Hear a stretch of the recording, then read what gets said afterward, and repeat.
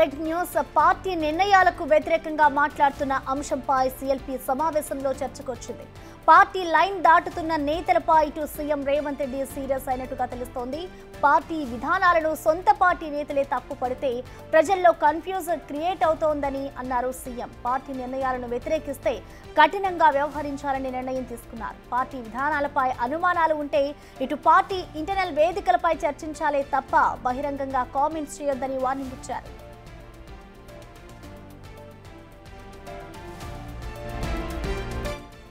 స్థానిక సంస్థల ఎన్నికలపై సీఎం రేవంత్ రెడ్డి ఎమ్మెల్యేలకు కీలక సూచనలు చేశారు. మెజారిటీ స్థానిక సంస్థలను ఏకగ్రీవం చేయాలని సూచించారు. ఈ బాధ్యత ఎమ్మెల్యేలే తీసుకోవాలని అన్నారు. ఎన్నిక సమయంలో గ్రామాలకు ఇచ్చిన హామీలు అమలు చేయడానికి ముందడుగు వేయాలని తెలిపారు సీఎం. ప్రతి ఎమ్మెల్యే వారి నియోజకవర్గంలోని పనులు పూర్తి చేయించుకోవాలని అన్నారు.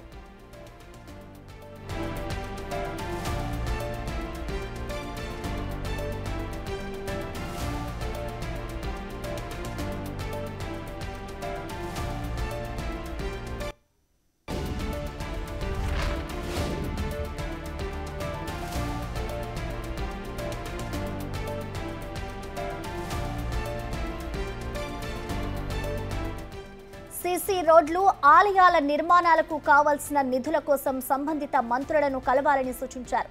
ప్రతి నియోజకవర్గంలో బీసీలకు 42% స్థానిక సంస్థల పదవులు దక్కేలా చూడాల్సిన బాధ్యత కూడా ఎమ్మెల్యేలేదనని స్పష్టం చేశారు సీఎం. ఇక 90% పైగా స్థానిక సంస్థలు కాంగ్రెస్ ఖాతాలో పడాలని దిశానిర్దేశం చేశారు.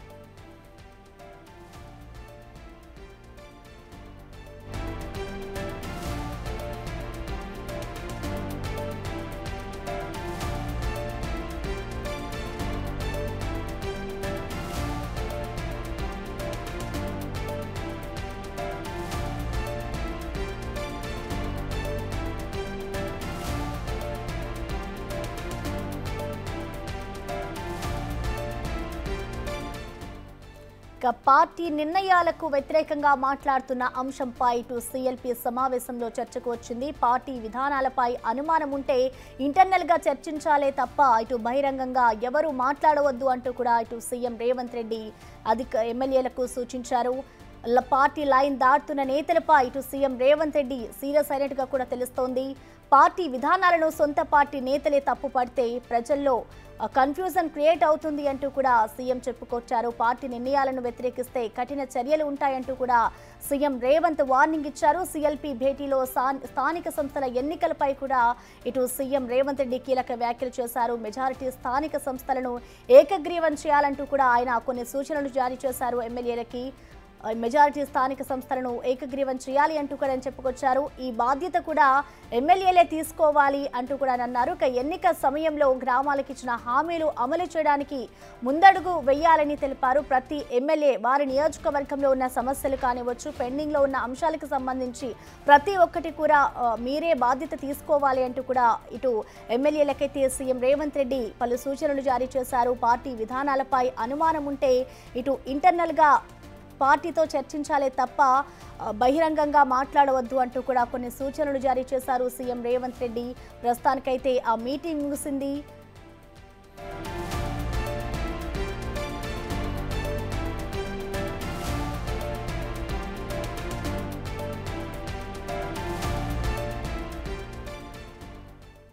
దీనికి సంబంధించిన కంప్లీట్ డీటెయిల్స్ ని మా ప్రతినిధి వాసుదేవ్ లైవ్ ద్వారా అందిస్తారు. వాసుదేవ్, చెప్పండి, మొత్తానికి ఇటు సీఎల్పీ సమావేశం అయితే ముగిసింది. ప్రధానంగా ఈ సమావేశంలో ఏ అంశాలు చర్చించారు వాసుదేవ్? వసన్న, ముఖ్యమంత్రి రేవంత్ రెడ్డి నేతృత్వంలో జరుగుతున్నటువంటి సీఎల్పీ సమావేశం కొద్దిసేపు క్రితం ముగిసింది. మరి కాసేపట్లో సీఎం ఎంహెచ్ఆర్డీ నుంచి బయలుదేరి ఎయిర్పోర్ట్కు వెళ్ళనున్నారు. ఆ తర్వాత నేరుగా ఆయన ఢిల్లీ వెళ్తారు. అది ప్రధానంగా కూడా ఈ రోజు జరిగినటువంటి చర్చకు సంబంధించి కూడా ఎమ్మెల్సీలు ఎమ్మెల్యేలకు దిశానిర్దేశం చేశారు.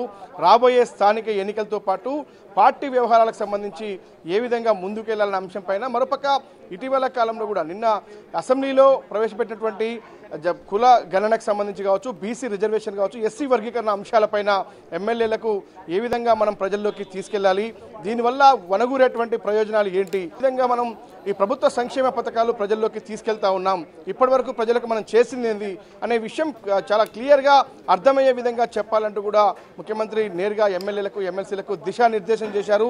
ఇక పార్టీ లైన్ దాటి వ్యవహరిస్తే కఠిన చర్యలు తప్పు అని కూడా ఒక హెచ్చరికలు జారీ అయిన పరిస్థితి. ఎందుకంటే ఇటీవల కొన్ని జరిగినటువంటి చెదురుమదురు ఘటనలు దృష్టిలో పెట్టుకొని కూడా ఒక పక్కన వార్నింగ్ లాగానిస్తూ దిశానిర్దేశం కూడా సీఎం చేశారు.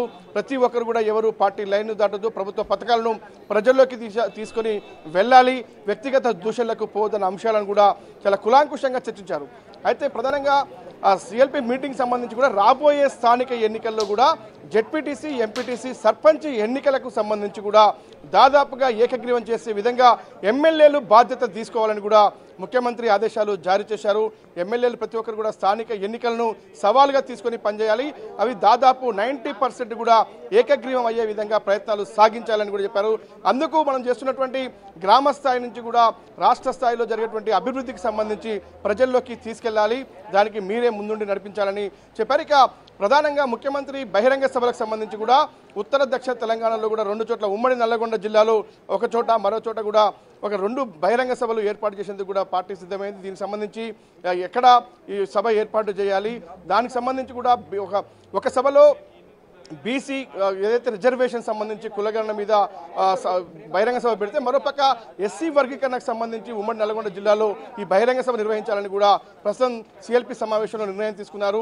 ఈ అంశాలన్నింటినీ కూడా రేపు జరగబోయేటువంటి ఢిల్లీ ఏఐసిసి అధ్యక్షుడు ఖర్గే నేతృత్వంలో జరుగుతున్న ఒక సమావేశంలో కూడా ఇవన్నీ వెల్లడించబోతా ఉన్నారు. ఎలాంటి ఇప్పటికు కులగణనకు సంబంధించి ఏ విధంగా ముందుకెళ్ళాం, ఏ విధంగా కేబినెట్ ఆమోదం తెలిపింది, అసెంబ్లీలో తీర్మానం చేసినటువంటి అంశాలేంటి, ఇవన్నీ కూడా ఏఐసిసికి క్లుప్తంగా వివరించిన తర్వాత కూడా ఆ తర్వాత వాళ్ళు ఇచ్చేటువంటి ఆదేశాలతో పాటు రేపు తెలంగాణలో జరగబోయేటువంటి బహిరంగ సభలకు ఎవరిని అక్కడి నుంచి ఇన్వైట్ చేయాలి, ఏఐసిసి పెద్దల్ని ఎవరెవరు ఆహ్వానించాలి, ఏ సభకు ఎవరు రావాలి అన్న అంశాలపైన కూడా పూర్తిగా కూడా చర్చించబోతా ఉన్నారు. కానీ మరి కాసేపట్లోనే ఆ సిఎల్పి ప్రస్తుతం మనం చూస్తున్నాం. మీకు ఒకసారి విజువల్స్ చూపించే ప్రయత్నిస్తాం. సీఎం కాన్వాయ్ కూడా పూర్తిగా సిద్ధమైన పరిస్థితి కనిపిస్తోంది. చూస్తున్నాం ఇక్కడ ఎంహెచ్ఆర్డీ నుంచి మరి కాసేపట్లోనే ముఖ్యమంత్రి ఎయిర్పోర్ట్కు బయలుదేరి వెళ్ళబోతున్నారు. మొత్తం పూర్తిగా కూడా పోలీసులు అలర్ట్ అయ్యారు, మొత్తం అప్రమత్తమయ్యారు. సీఎం మరికొద్ది క్షణాల్లోనే లోపల మరోసారి కీలక మంత్రులతో మాట్లాడుతున్నట్టుగా తెలుస్తోంది. ఆయన 4 గంటల 40 నిమిషాలకు సంబంధించి కూడా ఆయన ఎయిర్పోర్ట్కి వెళ్తారు. ఆయన ఫ్లైట్ అక్కడి నుంచి బయలుదేరి ఉన్నారు. ప్రస్తుతం ఇక్కడ నుంచి మరి కాసేపట్లోనే ఆ సీఎం బయలుదేరబోతున్నారు. సిఎల్పి సమావేశం మాత్రం మనకు ముగిసినట్టుగా సమాచారం అందుతుంది. ఇక చూడాలి ప్రస్తుతం ఇప్పటి వరకు జరిగినటువంటి రాష్ట్రంలో ఇప్పటి వరకు కాంగ్రెస్ పార్టీ ప్రజలకు ఏం చేస్తుందో అది చేసిన పనిలో కూడా చెప్పుకోవడంలో వెనుకపడ్డామని గతంలో మంత్రులు కూడా పలు సందర్భాల్లో ఆయనకి వివరించారు కదా. మరి అలాంటి వాటిని కూడా ఇప్పుడు సరిదిద్దుకోవడంపై చర్చ ఏమైనా జరిగిందా ఈ సమావేశంలో? ఖచ్చితంగా కూడా ఈ సమావేశ ఉద్దేశమే అదని చెప్పాలి. ఎందుకంటే రీసెంట్గా జరిగినటువంటి ఇంత పెద్ద దశాబ్దాల కాలంగా ఉన్నటువంటి ఒక సమస్యకు సంబంధించి కూడా చరమగీతం పాడి ఏదైతే దళితుల పోరాటాలకు మనం ఏదైతే ఒక క్లియర్గా వాళ్లకు న్యాయం చేకూర్చే విధంగా అందరికీ సమన్యాయం పేరుతో కూడా తీసుకొచ్చినటువంటి ఈ యొక్క ఎస్సీ వర్గీకరణ విషయంలో కావచ్చు, బీసీ రిజర్వేషన్ సంబంధించినటువంటి వ్యవహారంలో కావచ్చు, మరోపక్క కుల గణన అనేది దేశంలో మొదటిసారి తెలంగాణ రాష్ట్రం చేసినప్పుడు మనం ఏ విధంగా ప్రజల్లోకి తీసుకెళ్లాలి, ఎందుకు ఆ స్థాయిలో ప్రజల్లోకి వెళ్ళలేకపోయాం, ఎక్కడ ఫెయిల్యూర్ జరిగింది, స్థానికంగా ప్రజల్లో ఉన్నటువంటి అపోహలు కావచ్చు, ప్రతిపక్ష పార్టీలు చేస్తున్నటువంటి ఆరోపణలు సమర్థంగా ఎదుర్కోలేకపోయేందుకు ఏ విధంగా ముందుకు చూస్తున్నాం. సీఎం అయితే ప్రస్తుతం మనకు అలర్ట్ అయిన పరిస్థితి కనిపిస్తుంది. ముఖ్యమంత్రి కూడా వెళ్ళిపోతున్న పరిస్థితి మనకు కనిపిస్తుంది. అయితే ప్రధానంగా జరిగినటువంటి ఈ యొక్క మీటింగ్ సంబంధించిన అంశం కూడా ఇది కూడా ఒక కీలక అంశంగా చెప్పాలి. ఎందుకంటే ఇంత అభివృద్ధి జరుగుతున్నప్పుడు ప్రజలకు ఇన్ని సంక్షేమ పథకాలు అందిస్తున్న నేపథ్యంలో కూడా ఎందుకు మీరు ప్రజల్లోకి పూర్తిగా చెప్పలేకపోయాం, ఎందుకు ప్రచారం చేసుకోలేకపోయిన అంశాన్ని కూడా చెప్తుంది. ఎందుకంటే రాబోయే స్థానిక ఎన్నికల్లో ఇవన్నీ చాలా కీలకం. ఎందుకంటే గత ప్రభుత్వంలో ఫెయిల్ అయినటువంటి రుణమాఫీ అనేది తెలంగాణ ఏర్పడిన తర్వాత మొదటిసారి కేవలం 2 లక్షల రుణమాఫీ అంశాన్ని ఏదైతే కాంగ్రెస్ పార్టీ తీసుకుందో దాన్ని చాలా క్లియర్గా కూడా వేల కోట్ల రూపాయలకు సంబంధించి ఇప్పటికే మనం చూసాం. ప్రస్తుతం మనం చూస్తున్నాం రేవంత్ రెడ్డికి ఇక బయటికి రాబోతున్నట్టుగా మనకు సమాచారం అంతా ఉంది. ప్రస్తుతం పూర్తిగా కూడా మీటింగ్ పూర్తయింది. మరికొద్ది క్షణాల్లోనే ఆయన ఎంహెచ్ఆర్డీ నుంచి బయలుదేరి కూడా ఆయన ఎయిర్పోర్ట్కి వెళ్ళబోతా ఉన్నారు. తర్వాత నేరుగా ఆయన కీలక మంత్రులతో పాటు దీప్దాబ్ మున్షితో పాటు మరికొంతమంది ఎమ్మెల్యేలు కలుపుకొని కూడా ఆయన ఢిల్లీ బయలుదేరి వెళ్ళబోతా ఉన్నారు. పూర్తిగా సిఎల్పి సమావేశానికి సంబంధించి ఒకసారి మనం చూసినట్టయితే ఈ జరిగినటువంటి సమావేశం మొత్తం కూడా ఇప్పటి వరకు ఏడాది కాలంలో మనం చేసినటువంటి అభివృద్ధితో పాటు కులగణన అనేది చాలా ప్రధానంగా తీసుకెళ్లాలి. ఎందుకంటే అత్యధిక శాతం ఉన్నటువంటి బీసీలకు సంబంధించి కులగణన చేసి మనం 42% రిజర్వేషన్ల డిక్లరేషన్ ఏదైతే ఎన్నికల మేనిఫెస్టోలో పెట్టామో దానికి మనం సిద్ధంగా ఉన్నాం. రేపు స్థానిక ఎన్నికల్లో కూడా 42% రిజర్వేషన్లు కల్పించబోతా ఉన్నాం బీసీలకు అన్న అంశాన్ని ప్రజల్లోకి తీసుకెళ్లాలి. అవి దిశగా ఎమ్మెల్యేలు ప్రయత్నాలు సాగించాలన్న విషయాన్ని చెప్పారు. ఇక ఎస్సీ వర్గీకరణ కూడా 30 ఏళ్ల కాలంగా అనేక ఉద్యమాలు అనేక పోరాటాలు చేసి అనేక మంది ప్రాణాలు కోల్పోయినటువంటి ఈ ఉద్యమానికి ఇలా కాంగ్రెస్ ప్రభుత్వం ముందుండి కూడా చాలా స్పష్టంగా ఎంతమంది ఎస్సీలు ఉన్నారు, ఎంతమంది 59 ఉపకులాలు ఉన్నటువంటి ఎస్సీలకు సంబంధించి 3 వర్గాలుగా ఇవాళ ఏ వర్గానికి ఎలాంటి రిజర్వేషన్ కల్పించాలనే అంశానికి సంబంధించి చాలా స్పష్టమైనటువంటి ఎలాంటి పరపత్యాలు లేకుండా ఎలాంటి ఇబ్బందులు లేకుండా ఎక్కడ చిన్న పొరపాటు లేకుండా చేసినటువంటి వర్గీకరణను మనం ప్రజల్లోకి స్పష్టంగా తీసుకెళ్లాలి. మరోపక్క పవర్ పాయింట్ ప్రజెంటేషన్ కూడా నిన్న ఎమ్మెల్యేలకు ఉత్తమ్ కుమార్ నేతృత్వంలో కూడా అసెంబ్లీలో జరిగింది. వాళ్ళకు కూడా అక్కడ స్పష్టత వచ్చిన తర్వాత ఈరోజు ముఖ్యమంత్రి కూడా నేరుగా వాళ్ళకి ఇవన్నీ వివరాలు వెల్లడించారు.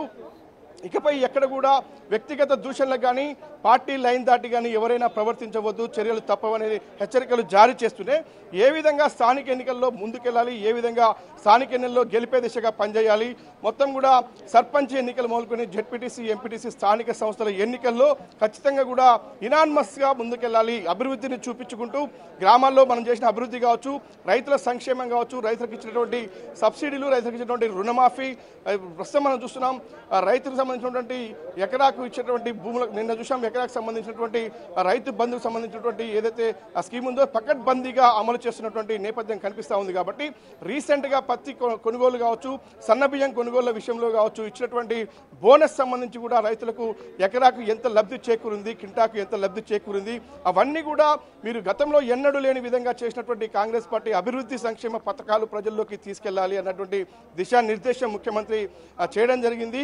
వీటన్నిటిని పెట్టుకొని కూడా రేపు స్థానిక ఎన్నికల్లో మాత్రం ఖచ్చితంగా గెలిపే లక్ష్యంగా పనిచేయాలంటూ కూడా ముఖ్యమంత్రి ఆదేశాలు జారీ చేశారు.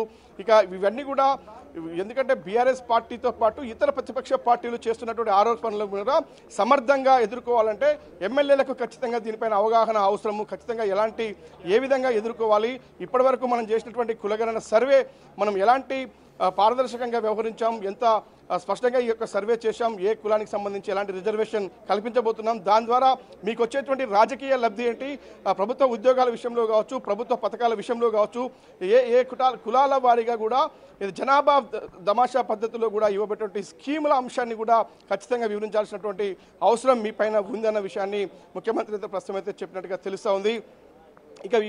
ఇకపై కూడా ఎక్కడా కూడా అంటే పార్టీకి ఇబ్బంది కలిగే విధంగా, ప్రభుత్వానికి ఇబ్బంది కలిగే విధంగా ఏ ఒక్కరు కూడా ప్రవర్తించడానికి వీల్లేదు. ఇటీవల కాలంలో వినపడుతున్నటువంటి ఏదైతే ఎమ్మెల్యేల ప్రవర్తన తీరు కావచ్చు, కొంతమంది వ్యక్తిగతంగా స్థానికంగా ఉన్నటువంటి నేతలు మాట్లాడేటువంటి తీరు కావచ్చు, ఎమ్మెల్సీలు ఎమ్మెల్యేల విషయంలో జరుగుతున్న పరిణామాలు కావచ్చు, ఇవన్నీ కూడా పార్టీ ప్రతిష్టను దెబ్బతీసే విధంగా ఉన్నటువంటి నేపథ్యంలో కూడా ఎవరు కూడా ఆ లైన్ దాటి మాట్లాడడానికి వీల్లేదంటూ కూడా ఖచ్చితంగా ఆయన ఒక దిశానిర్దేశం చేసినటువంటి ఒక రకంగా హెచ్చరికలు జారీ చేసిన పరిస్థితి కనిపిస్తూ ఉంది.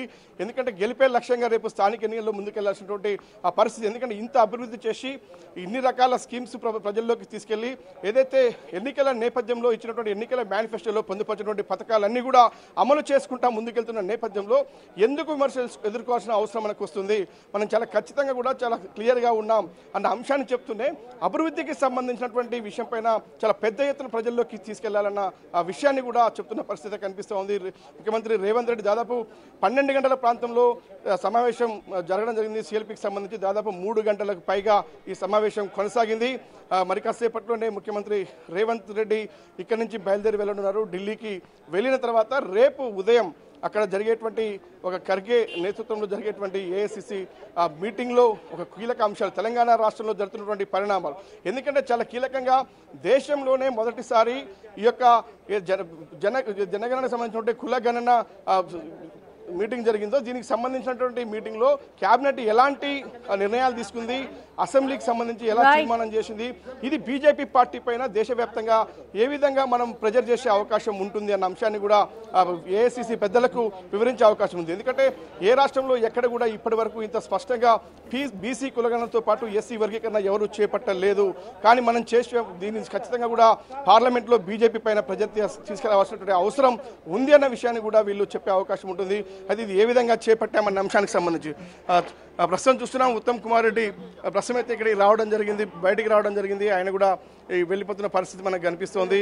ఎందుకంటే కొంతమంది కీలక మంత్రులు కూడా వెళ్ళేటువంటి అవకాశం ఉంది. సీఎంతో కలిపి కూడా ఢిల్లీ ఏఐసిసి అధ్యక్షుడు ఖర్గే నేతృత్వంలో జరిగేటువంటి సమావేశానికి కీలక మంత్రులు, ముఖ్యమంత్రితో పాటు పలువురు వ్యక్తులు కూడా, పార్టీ పెద్దలు కూడా వెళ్ళేటువంటి అవకాశం ఉన్న నేపథ్యంలో ప్రస్తుతం అయితే సిఎల్పి మీటింగ్ ముగియగానే ఆ మంత్రులందరూ ఒక్కొక్కరుగా బయటకు వస్తున్నటువంటి పరిస్థితి కనిపిస్తూ ఉంది.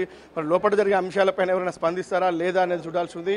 ఎందుకంటే చూస్తున్నాం ఉత్తమ్ కుమార్ రెడ్డి మీడియాకు అభివాదం చేస్తున్న పరిస్థితి కనిపిస్తూ ఉంది. ఒక్కొక్కరుగా బయటికి వెళ్ళిపోతున్నటువంటి సిచ్యువేషన్ మనకు కనిపిస్తూ ఉంది. అందరి కాన్వాయ్, ఇప్పుడు సీఎం కాన్వాయ్ కూడా సిద్ధమైంది. మరి కాసేపట్లో ముఖ్యమంత్రి కూడా బయటికి రానున్నారు. ఆయన నేరుగా ఇటు నుంచి ఎయిర్పోర్ట్కు బయలుదేరి అటు 4:45 ఢిల్లీ ఫ్లైట్కు ఆయన తిరిగి వెళ్తున్నటువంటి పరిస్థితి కనిపిస్తుంది. ఆయనతో పాటు దీప్దాస్ మున్షి, మరోపక్క పిసిసి అధ్యక్షుడు మహేష్ కుమార్ గౌడ్ కూడా సీఎంతో కలిపి ఢిల్లీ వెళ్లనున్నారు. అయితే రాష్ట్రంలో జరుగుతున్నటువంటి ప్రస్తుత పరిణామాల నేపథ్యం కూడా చర్చకు రాబోతా ఉంది. ఎందుకంటే రేపు రాబోయేటువంటి ఎమ్మెల్సీ ఎన్నికల్లో ఎలాంటి వ్యూహరచన ఉండాలి, ఇక ఎంపీటీసీ జెడ్పీటీసీ ఎన్నికల అంశానికి సంబంధించినటువంటి వ్యవహారంలో కూడా ఏ విధంగా ముందుకు వెళ్ళాలి చూస్తున్నాం. ఎమ్మెల్సీ కోదండరాం కూడా బయటికి వెళ్ళొచ్చారు. అంటే దాదాపుగా సమావేశం పూర్తయిన నేపథ్యంలో కూడా కోదండరాం కూడా బయటకు కనిపిస్తున్నారు. ఇప్పటికే ఉత్తమ్ కుమార్ రెడ్డి ఇక్కడ నుంచి వెళ్ళిపోయిన, ఎంసీహెచ్ఆర్డీ నుంచి వెళ్ళిపోయిన పరిస్థితి చూస్తూ ఉన్నాం. ఇక రేవంత్ రెడ్డితో పాటే మరికొంతమంది కీలక నేతలు కూడా ఇక్కడ నుంచి అందరు కూడా వెళ్ళిపోతారు. అలాగే ప్రధానంగా ఇక్కడ జరిగినటువంటి ఎలాంటి చర్చ లోపల జరిగింది, ఏ అంశాలపైన ప్రధానంగా చర్చించారు అంటే మాత్రం చాలా స్పష్టంగా తెలుస్తోంది. మనం తెలంగాణ రాష్ట్ర ప్రభుత్వం చారిత్రక నిర్ణయం తీసుకున్న నేపథ్యంలో కూడా ఇది చరిత్రలో లిఖించదగ్గటువంటి విషయము. ఎప్పుడు కూడా ఏదైతే గతంలో స్వాతంత్రాన్ని రాక ముందు ఏదైతే జనగణన ఉందో ఇది చాలా స్పష్టంగా అసలు తెలంగాణ రాష్ట్రంలో ఎంత జనాభా ఉంది, ఎన్ని కుటుంబాలు ఉన్నాయి, ఏ కుల జనాభా ఎంత, ఎవరికి ఎంత ఏ రిజర్వేషన్ కల్పించాలి అంటే ఖచ్చితంగా రీసెంట్గా తెలంగాణ కాంగ్రెస్ ప్రభుత్వం చేపట్టినటువంటి కులగణనకు సంబంధించినటువంటి అంశాలు ఏవైతే ఉన్నాయో కూడా రేపు ఏ విధంగా ముందుకు వెళ్ళి తీర్మానం చేశారు. కేబినెట్ ఆమోదం లభించింది. కానీ రేపు చట్టబద్ధత, ఎస్సీ వర్గీకరణకు సంబంధించి రిజర్వేషన్ కల్పన విషయంలో చట్టబద్ధత కల్పించాల్సినటువంటి విషయం ఉంది. ఇక బీసీ రిజర్వేషన్ అంశానికి వస్తే 42% ఇప్పటికే చూసాం, ఎన్నికల మేనిఫెస్టోలో పెట్టారు. ముఖ్యమంత్రి కూడా మొన్న అసెంబ్లీలో మాట్లాడి 42% రిజర్వేషన్కు ఆయన రేపే స్థానిక ఎన్నికల్లో జరగబోయేటువంటి నేపథ్యంలో కాంగ్రెస్ పార్టీ 42% స్థానాలు ఇచ్చేందుకు సిద్ధంగా ఉన్నాం. మిగతా పార్టీలకు కూడా సవాల్ ఇచ్చారు. మిగతా ప్రతిపక్షాలకు, ప్రధాన ప్రతిపక్షంతో పాటు బీఆర్ఎస్ బీజేపీలకు కూడా ఆయన సవాల్ విసురుతూ మీరు 42% రిజర్వేషన్ కల్పించబోతారా అన్న అంశాన్ని కూడా ఆయన లేవనెత్తారు.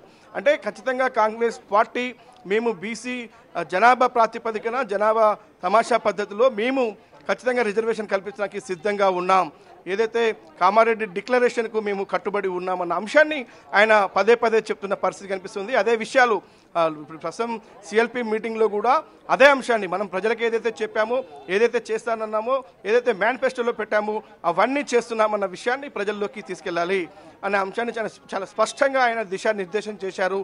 కాబట్టే మనం చాలా సమర్థవంతమైన పాలన అందిస్తున్న నేపథ్యం కావచ్చు, సంక్షేమ పథకాలు చాలా సమర్థవంతంగా ప్రజలకు అందిస్తున్నటువంటి తీరు కావచ్చు, ఇవన్నీ ప్రజల్లోకి తీసుకెళ్లాల్సినటువంటి బాధ్యత మనపైన ఉంది. అది ఎమ్మెల్యేలే బాధ్యత తీసుకోవాలి. కాబట్టే ఈరోజు ఎమ్మెల్సీలకు మీరు స్థానికంగా ప్రజల్లో అవగాహన కల్పించాలి, ప్రతిపక్ష పార్టీల విమర్శలకు మీరు ఎదురొడ్డి పోరాడాలి అన్న అంశాన్ని ఆయన చెప్పారు. అదే అంశాన్ని పూర్తి స్థాయిలో కూడా వాళ్ళకి వివరించారు. ఇక ఏఐసిసికి సంబంధించినటువంటి రేపు జరగబోయేటువంటి మీటింగ్కు సంబంధించి కూడా ఇక్కడ తెలంగాణలో ఈరోజు జరిగినటువంటి సిఎల్పి మీటింగ్లో తీసుకున్న నిర్ణయాలు, బహిరంగ సభలకు సంబంధించినటువంటి వ్యవహారంలో బహిరంగ సభలు మనం నిర్వహించబోతా ఉన్నాం. ఆ నిర్వహించేటువంటి సభలకు సంబంధించి ఎక్కడెక్కడ సభ నిర్వహించబోతున్నాం, ఏ సభకు ఎవరు ప్రతినిధుల్ని పిలవాల్సినటువంటి అవసరం ఉంది, ఏఐసిసి పెద్దల్ని ఎవరెవరిని ఆహ్వానించాలన్న అంశానికి సంబంధించి కూడా ఈ రోజు కూడా నిర్ణయం తీసుకున్నట్టుగా సమాచారం అందుతుంది. ఎందుకంటే ఏదైతే బీసీ డిక్లరేషన్ రిజర్వేషన్లతో పాటు అక్కడ కులగణన నేపథ్యంలో వచ్చినటువంటి ఆ సంఖ్యకు సంబంధించి 56.33 ఏదైతే బీసీ పర్సంటేజ్ ఉందో వాళ్ళ రిజర్వేషన్ కల్పనకు చట్టపరమైనటువంటి కొన్ని ఇబ్బందులు ఉన్నాయి. ఏదైతే పార్లమెంట్లో బిల్లు ప్రవేశపెట్టి దాన్ని ఆమోదించుకోవాల్సినటువంటి అవసరం ఉంది. అది దేశవ్యాప్తంగా కూడా తెలంగాణ రాష్ట్ర ప్రభుత్వం చేసుకున్నటువంటి నిర్ణయం దేశవ్యాప్తంగా ఉన్నటువంటి బీసీలకు ఫలితం చేకూరేటువంటి అవకాశం ఉంది. కాబట్టి దీన్ని బీజేపీ మీద ఒత్తిడి తెచ్చేందుకు కూడా ఉపయోగించుకోవాలని అంశం కావచ్చు. ఇక ప్రధానంగా ఎస్సీ వర్గీకరణ మొదటిసారి చేపట్టినటువంటి రాష్ట్రంగా కూడా రేపు ఏఐసిసి ముందులా చెప్పబోతా ఉన్నారు. ఇక స్థానిక ఎన్నికలకు ఏ విధంగా సన్నద్ధం కాబోతా ఉన్నాం, ఎలాంటి బహిరంగ సభలు ఏర్పాటు చేసుకోబోతున్నాం, ఇప్పటి వరకు రాష్ట్రంలో జరిగినటువంటి అభివృద్ధికి సంబంధించినటువంటి ఎలాంటి స్కీమ్లు ముందుకెళ్ళాం, ఎలాంటి సంక్షేమ పథకాలు ప్రజల్లో తీసుకెళ్లామన్న అంశాన్ని రేపు ఏఐసిసి మీటింగ్లో ముఖ్యమంత్రి చర్చించబోతున్నారు. ప్రస్తుతం అయితే సిఎల్పి మీటింగ్ ముగిసింది. మరి కాసేపట్లోనే రేవంత్ రెడ్డి ఇక్కడి నుంచి నేరుగా బయలుదేరి ఎయిర్పోర్ట్కి బయలుదేరబోతా ఉన్నారు. Right, thank you Vasudev.